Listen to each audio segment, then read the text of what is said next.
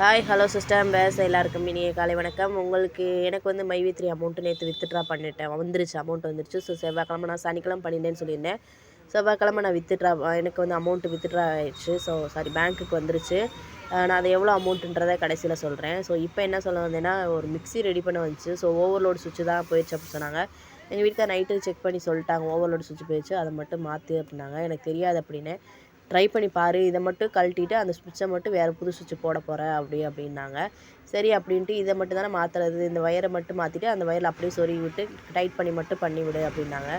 நானும் அதே மாதிரி பண்ணிட்டேன். ஸோ நம்ம வந்து ஏதாவது கொஞ்சம் முயற்சி பண்ணி பார்த்தா தான் வரும் அப்படின்னு எங்கள் வீட்டுக்காரர் எனக்கு சொல்லுவார். இருந்தாலும் கொஞ்சம் கரண்ட்டுன்றப்ப ரொம்ப பயம் எனக்கு. அவங்க கொஞ்சம் பழக்கப்பட்டதுனால எலக்ட்ரிஷியனால ஈஸியாக பண்ணிடுவாங்க. நம்மளுக்கு அப்படி கிடையாது. ஒரு வழியாக நான் மாட்டிட்டேன். வேறு ஓவர்லோட் சுவிட்ச் போட்டுட்டேன். ஸோ இதுக்கு வந்து நான் வந்து ஒரு அமௌண்ட்டு வாங்கிக்கிடுவேன், ரூ. 80 அப்படி இந்த மாதிரி வாங்கிக்கிடுவேன்.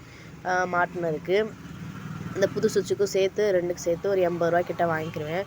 ஸோ நம்மளுக்கு கடையில் வரவுக்கு செலவுக்குமே சரியாக போகுது அப்படின்னு தான் நான் நினச்சேன். எங்கள் வீட்டுக்காரர் அதுக்கு மேலே அவர் சம்பாதிக்கிற ஃபுல்லாக குடும்ப செலவுக்கு தான் பார்க்குறாங்க. இருந்தாலும் அது பத்த மாட்டேங்குது தான் இப்போ மைவி3 போட்டோம்.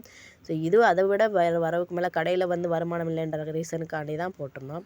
ஸோ நிறையா வந்து பிரச்சனைகள் வந்து ஃபேஸ் பண்ணுற மாதிரி இருக்குது. ஆனால் இருந்தாலும் விடாமாட்டோம், விடாமுயற்சியில் வந்து பண்ணிக்கிட்டே இருப்போம்.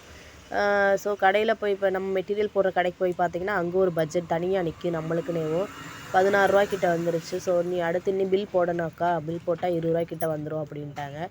அதுவும் கொடுக்கல. ஸோ தம்பி பாப்பா நகையை வந்து கொடி கொலுசு, என்னோட தோடுக்கு ஒரு எமர்ஜென்சிக்கு அடகு வச்சுருந்தோம், அதுவும் கொடுக்கணும், அதுவும் பண்ணிடலாம் அப்படின்ட்டு இதை வச்சே எல்லாத்தையும் ஓட்ட முடியாதுன்ற ஒரு நம்பிக்கை வந்துருச்சு. ஸோ வரவுக்கு மேலே செலவு அதிகமாக இருக்கக்கூடாதுன்னு எனக்கு ஒரு நம்பிக்கை.